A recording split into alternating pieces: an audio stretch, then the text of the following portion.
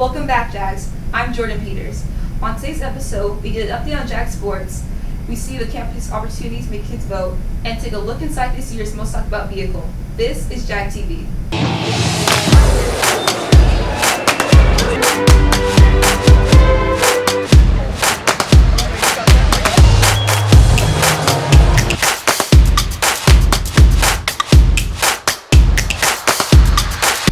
As election day gets closer, students 18 or over have the opportunity to register to vote. Annika spoke to teachers and had this to say. Students who are 18 could get their first taste of civic engagement this November as they prepare to cast their vote in the presidential election. The state of Texas has a law that requires Mr. Comalander to appoint deputies, including myself. And so the law requires it, but also because we all see it, voter registration as being important to a democracy. And while registering to vote is simple, the amount of information on the internet can make learning and preparing for Election Day a bit more difficult. So I registered to vote in my government class, and we had to watch the debate for a government assignment, so that definitely gave me some insight into the candidates this year. And then sometimes we do talk about politics and government, but most of my information comes from the internet. If you are turning 18 soon, there are some requirements before you can register to vote. You must register to vote in the county which you live, have to be a citizen, and students must be at least 17-year-old and 10 months old to register, but the main thing is in order to vote, you have to be 18 on election day. So you have to be at least 17 and 10 months, and you're going to be 18 on the day of election in order to vote. Also then there's people with felony charges and other things like that are prohibited from registering. So, if you weren't able to register this month, keep an eye out next semester to register at school. For JAG TV, this is Annika Vasquez reporting. While the voting registration ended for the November 5th election, you can register online for future elections. Also, campus will be hosting a mock election November 4th. If you have any questions, talk to your social studies teacher for more information. Apple's new iOS update was the center of attention this month. Laura, tell us more about what's changed on our phones. Apple released iOS 18 last month, and anyone with an iPhone quickly noticed a ton of new features. I was like, this is kind of weird. At first, I didn't know the difference until I looked at my apps and my control center. It was a little weird. And then FaceTime calls were also kind of weird. According to Apple, the new operating system will rely on AI to give each user tools that are most relevant to them. Users can also create an AI-generated emoji. Users can now lock or hide apps and stay connected without Wi-Fi or cellular, and a lot more. Performance is actually a little bit better because you have some new things like the control center. That works pretty well. You're able to manage your apps, lock them if you want to. You're able to call and text people without internet as well, which is really cool. Some of the updates, like eye control or the ability to control someone else's phone through FaceTime, caught some users off guard and generated a lot of attention on social media as well. Like the eye thing, how you can control it with your eyes. I think that's creepy. I don't think that should be a thing. I think we've gone too far with that. It's kind of creepy how we've gotten so far to the point where you can control technology with your eyes. It makes me scared for our future. Also, according to Apple, iOS 18 with AI was designed specifically for the iPhone 16, but is sure to work on other iPhone models. Users just need to be aware that it may not be as compatible. For JAG TV, this is Laura Andrade. 9 weeks wrapped up 2 weeks ago. So here's a few things you may have missed. Here's Mickey with more information. On October 22nd, students will be able to order their class rings during all 3 lunch periods in the upper foyer. On October 22nd, Johnson Theater will be hosting a haunted house in the auditorium at 5 p.m. There will be 2 levels, red and green. Red level is $15 and the green level will be $10. On October 23rd, students who missed out on taking the on-campus SAT last year are invited to take the on-campus ACT. Also, students can pay to take the ACT on this date. That's all for this week in case you missed it. I'm Mickey Hutchings for JAG TV. It's a colorful moment, and there's a family on campus getting to experience it for real. Elijah has more about it. You've seen the memes, and you might have even seen one or more on the road. It's Tesla's answer to hauling, the Cybertruck. It is a unique car to say. Some people definitely do not like it. They're a bit different. This one's a little bit more smoother than my car. And then like it's just more advanced than my car. Shaped more like a geometric figure than an automobile, fewer than 12,000 of these trucks were sold by June. And the Patino family is very familiar with electric vehicles, having already owned various model Teslas as well. It's very long range. You can go for like an X amount of distance.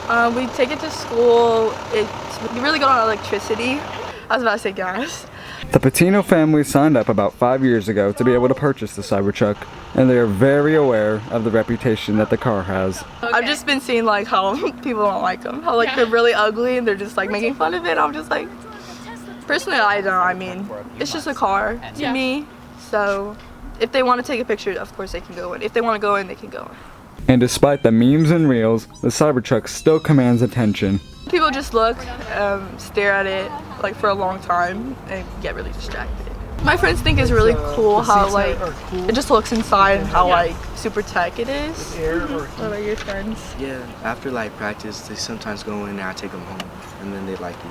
I honestly think it's a pretty good car, even though it does get some hate. I think they need to try it out for themselves. From the school parking lot, this is Cruz with JAG TV. And next up, we have Ethan with JAG Sports. What's up, Jags? Welcome back to JAG Sports. This week we bring you playoff action and game highlights. This is JAG Sports. And here comes the shotgun.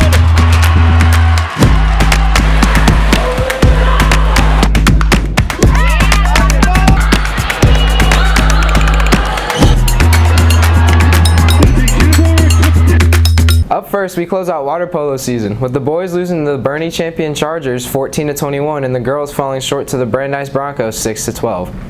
Our tennis team competed at regionals on Monday against Health Careers and won 10-0. Cross country also competed in the regional round earlier this week after taking home the district championship a few weeks ago. Last week, volleyball competed with Reagan and Madison. The Jags took care of business against the Rattlers, and they also took care of business against Madison. In our pinkout game, the Jags dominate Reagan 21-3 after a 2-year losing streak to the Rattlers. Last Saturday, they faced off with the Mavericks. After a slow start on the first drive, the defense blocks a punt and Aaron Crawford gets the Jags their first score of the game. In the middle of the second, TJ Sutton dives in the end zone for 6. Before the half, Aaron Crawford finds pay dirt for the second time in the first half. Coming out of halftime, the Jags look to put away Madison. With that, Jaden Perez takes a pass for 73 yards and a touchdown. The Jags took down the Mavericks 41-28. They travel to Comalander again next Saturday where they meet the Volunteers at 2 p.m. That's all for this week, Jags. See you next time with more Jag action. And here comes the shotgun.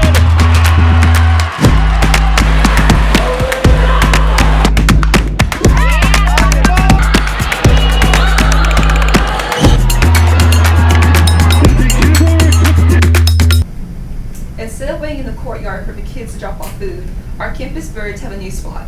Riley, tell us more.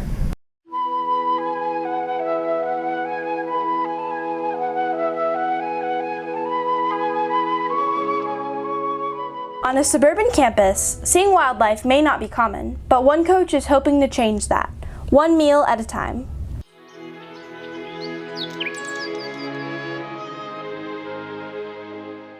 Coach Mike Griffith teaches AP Gov out in the portables, and he wants to welcome some native neighbors to Johnson with a wild bird feeder.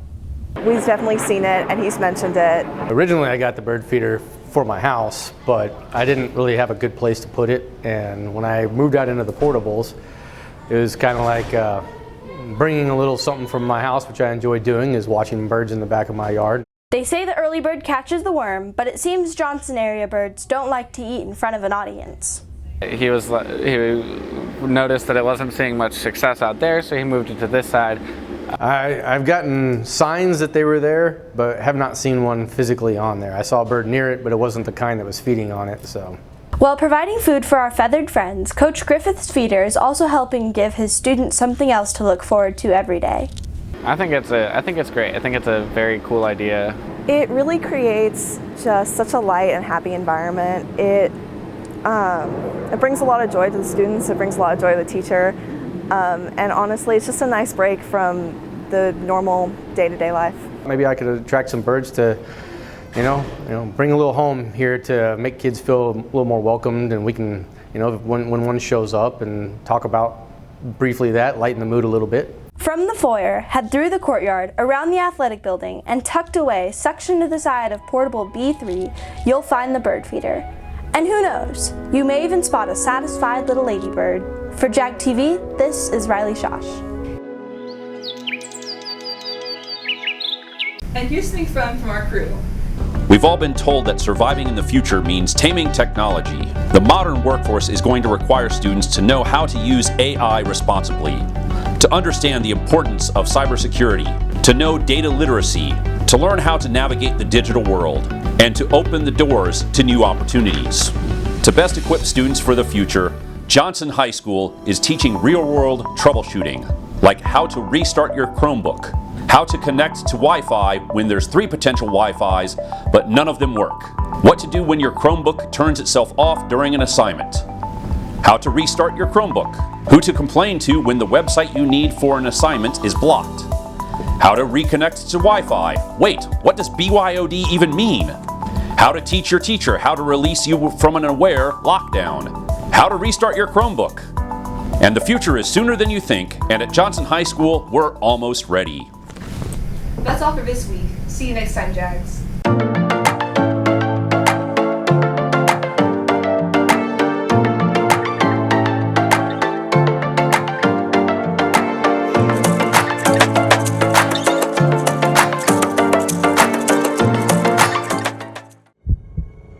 Attention campers.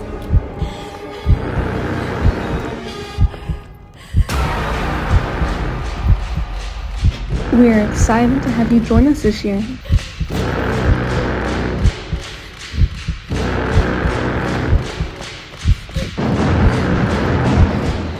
Nothing makes us more excited than having fresh, new faces. Welcome to Camp Wahanaka.